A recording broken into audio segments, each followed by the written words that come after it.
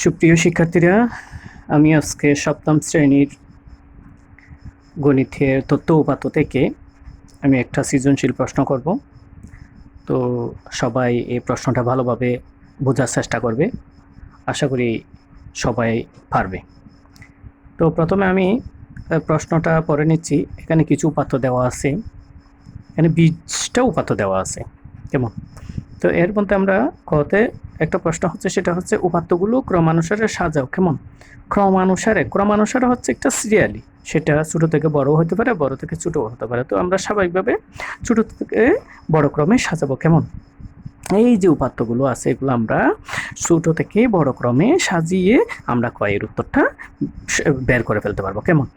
এটা একদম ইজি, অনেক মজার এই অঙ্কটা। তো আশা করি সবাইকে আমি বোঝানোর জন্য সক্ষম হব। তো এখন আমাদের এই উপাত্তগুলো প্রথমত কী করতে হবে? ক্রমানুসারে সাজাতে হবে, সাজিয়ে লিখতে হবে। তো সাজিয়ে লিখতে গেলে আমাদের আগে সর্বনিম্ন অর্থাৎ ছোট সংখ্যা সেটা বের করতে হবে। এখন ছোট সংখ্যা যদি আমরা বের করতে পারি, তাহলে সেই অনুযায়ী আস্তে আস্তে আস্তে আস্তে সর্বোচ্চ সংখ্যা যত আছে তত পর্যন্ত আমরা সাজিয়ে ফেলবো। তাহলে শুরু করা যাক এখন ক প্রশ্নের সমাধান। আমরা কটা করব।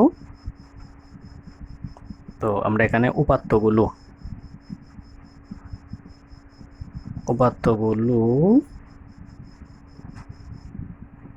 ক্রমানুসারে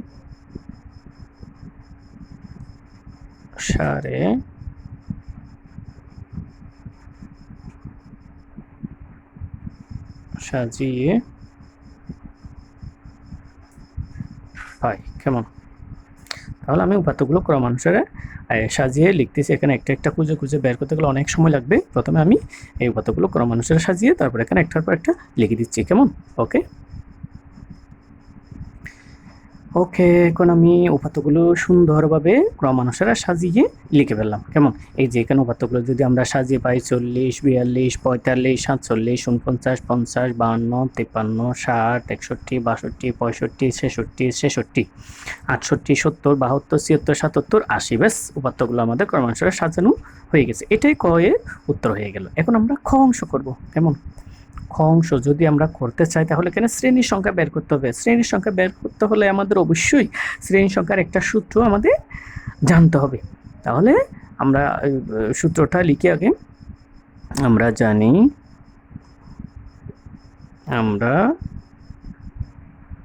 জানি শ্রেণী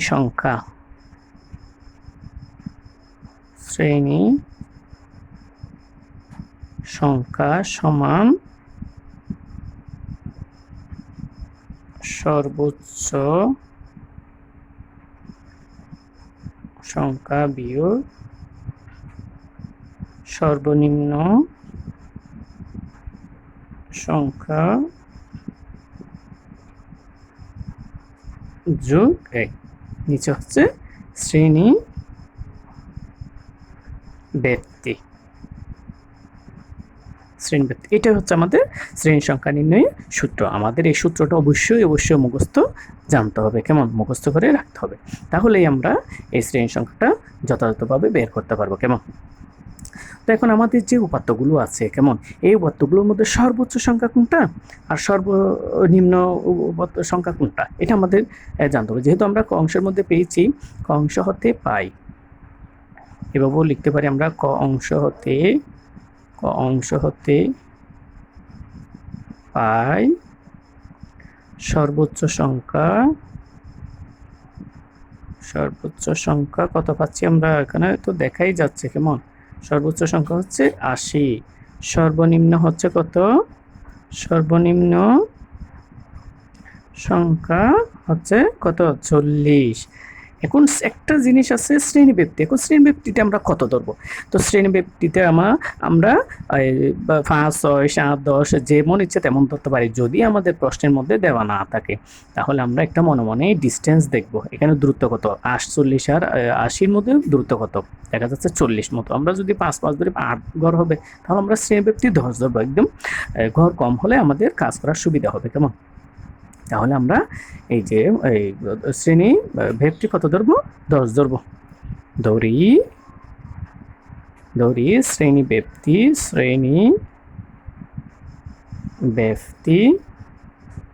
কত 10, এটা আমরা ধরতে পারবো আমাদের ইচ্ছে মতো। কেমন, কমও ধরতে পারে, বেশিও ধরতে পারে, যেহেতু এখানে প্রশ্নের মধ্যে কোনো কিছু নাই, ধরে দেওয়া নাই কত শ্রেণী ব্যক্তি সেটা, তাহলে আমার মতো করে আমি ধরে নিতে পারি, যার যার মতো করে ধরে নিতে পারবা। কেমন, আচ্ছা তাহলে এখন আমরা এই সূত্রের মধ্যে মানগুলো বসে কত আসে সেটা দেখব। সুতরাং শ্রেণী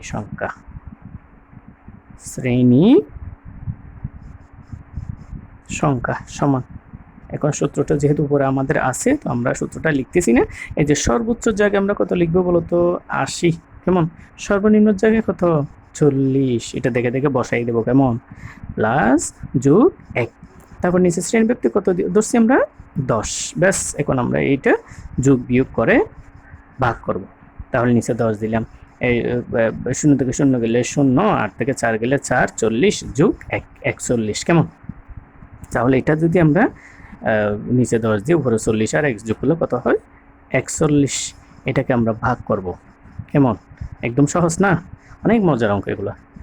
আচ্ছা 4 10 কত 40 হয়, তাহলে এখন আমরা এটা বিয়োগ করবো, 1 থেকে 0 গেলে 1, যেহেতু 10 দিয়ে 1 ভাগ যায় না, আমরা এখানে একটা দশমিক দেবো, তার জন্য এখানে একটা 0 দেবো, তাহলে 10 10-এর মধ্যে কয়বার যায় একবার, তাহলে 10 একে 10, ব্যাস হয়ে গেছে।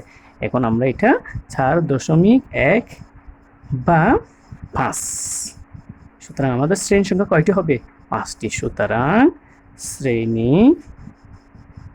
সংখ্যা সমান 5টি। কেমন, একদম সহজ না? এই যে আমাদের সূত্রটা জানতে হবে, আর সর্বোচ্চ সর্বনিম্ন সংখ্যা কীরকম করে বের করতে হয়, ধরতে হয়, সেটা আমাদের জানতে হবে। যদি আমরা এগুলো জানি, আমরা ধরে নিতে পারি, বুঝতে পারি, তাহলে খুব সহজেই আমরা অল্প সময়ের মধ্যে এই শ্রেণীর সংখ্যাটা বের করে ফেলতে পারবো। ও আশা করি সবাই শ্রেণীর সংখ্যা বের করার নিয়মটা সবার জানা আছে।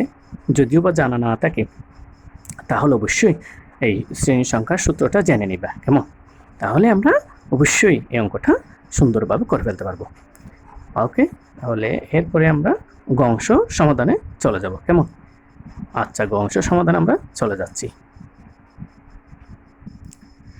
ওকে, এখন আমরা গ অংশে চলে আসলাম। এখন এই গ অংশে সারণী তৈরি করতে হলে আমাদের অবশ্যই ওই যে আগে শ্রেণী সংখ্যা আমরা পেয়েছিলাম কত 5, তাহলে 5টি যদি শ্রেণী সংখ্যা পেয়ে থাকি, আমাদের নামের জন্য একটা আর নিচে টোটালের জন্য একটা ঘর, 2টা ঘর বাড়িয়ে আমরা 5 2 7 ঘর করবো, 3 ভাগে 4টা আমরা শ্রেণী সংখ্যা বের করবো, লিখবো। কেমন, তাহলে আমরা 1 2 3 4 5 6 7 আমি আগে ভাগে এটা টেবলটা করে নিলাম। তো এখন আমরা এখানে লিখব, প্রথমে কত থেকে শুরু করব, যেহেতু আমাদের সর্বনিম্ন 40 আছে, আমরা এখানে লিখব 40 থেকে শুরু করে শ্রেণী ব্যক্তি আমরা কত ধরেছিলাম, শ্রেণী ব্যক্তি 10 ধরেছিলাম, 10 ধরে সারণী তৈরি করি। কেমন, একদম সহজ এবং মজার অঙ্ক, একটু করে বুঝলেই সবাই পারবে। কেমন, আমরা এখানে শ্রেণী ব্যক্তি লিখব, এখানে লিখব ঠালি, এখানে লিখব গণসংখ্যা, এগুলো ভালোভাবে মনে রাখবে। কেমন, তাহলে আমরা 40 থেকে যেহেতু ধরেছি, 40 থেকে কত দেবো শ্রেণী ব্যক্তি 10 যদি ধরি, ব্যক্তি যদি 10 ধরে, আমরা দেখো 40 41 42 43 44 45 46 47 48 49, কোথায় গিয়ে দাঁড়ায় 49-এ গিয়ে দাঁড়ায়। তাহলে আবার 49-এর পরে কত 50 থেকে 59, হ্যাঁ একদম সহজ না। তারপর আবার 60 থেকে 69, আবার 70 থেকে 79, আবার 80 থেকে 89, ব্যাস হয়ে গেছে, একদম ইজি। এগুলোতে এত টেনশন করার কোনো প্রয়োজন নেই, একটু করে বুঝলেই সবাই পারবে। কেমন, এরপরে এবার আমরা ঠালিগুলো নেব। কীভাবে ঠালি ব্যবহার করবো, এই যে 40 থেকে 49 ভিতর কয়টা আছে দেখি, এই যে 49 ভিতর 1 2 3 4 5, 5টা আছে, 5টা ঠালি দেবো আমরা, 1 2 3 4, 4টা দিয়ে আরেকটা ক্রস দেবো। কেমন, তাহলে 5, আমরা এখানে 5 লিখব। তারপর 50 থেকে 59 দেখি আমরা কয়টা 59, এই যে এখানে 1 2 3, 3টা দেখতেছি আমরা, 1 2 3, তাহলে এইদিকে 3 দিয়ে দেবো, একদম সহজ। তারপর 60 থেকে 69, 60 থেকে কত 69, 60 থেকে 1 2 3 4 5 6 7 7টা আছে। 1 2 3 4 5 6 7 পঞ্চমটা আমরা ক্রসে দেব। তাহলে এদিকে হচ্ছে কত 7। তারপরে 70 থেকে 79 70 71 তারপর 70 72 76 77 এতটুকু পর্যন্ত আমরা পাচ্ছি কয়টা 1 2 3 4টা 1 2 3 4 এই যে 4। তারপরে এই 80 থেকে 89 মধ্যে আমরা পাচ্ছি কয়টা শুধু একটা, এই একটা দিলাম আমরা, এটা 1 দিলাম। এখন এগুলো সবগুলো গুণে দেখি 20টা হয় কিনা। যদি 20টা হয় তাহলে আমাদের সারণীটা করা যথাযথ হয়েছে, ভুল হয় না, একদম শুদ্ধ হয়েছে। 5 3 8 7 8 15 15 আর 4 19 19 আর 1 20 ব্যাস। আমরা দেখতেছি এখানে যোগফল কত আসছে 20। তাহলে আমাদের এই সারণীটা তৈরি করা হয়ে গেল। তাহলে একদম সহজ না? আমরা যদি চেষ্টা করি, একটু করে যদি খেয়াল করি, মনোযোগ দিয়ে খেয়াল করলে অবশ্যই পারবো। ওকে, এখন আমরা তৃতীয় অংশটা করেছি। এরপরে আমরা চতুর্থ অংশটা করব। চতুর্থ অংশ নাই, তবু আমি একটু বোঝার সহজতে একটা ইয়া দিয়ে উপাত্তগুলো দিয়ে আমি সহজে করার বা বোঝার চেষ্টা করার জন্য এটা চতুর্থ অংশটা দিয়েছি। কেমন? তাহলে এটা গ অংশটা একদম সহজ। আচ্ছা, এটা আবার আমরা আরম্ভ করবো। কেমন?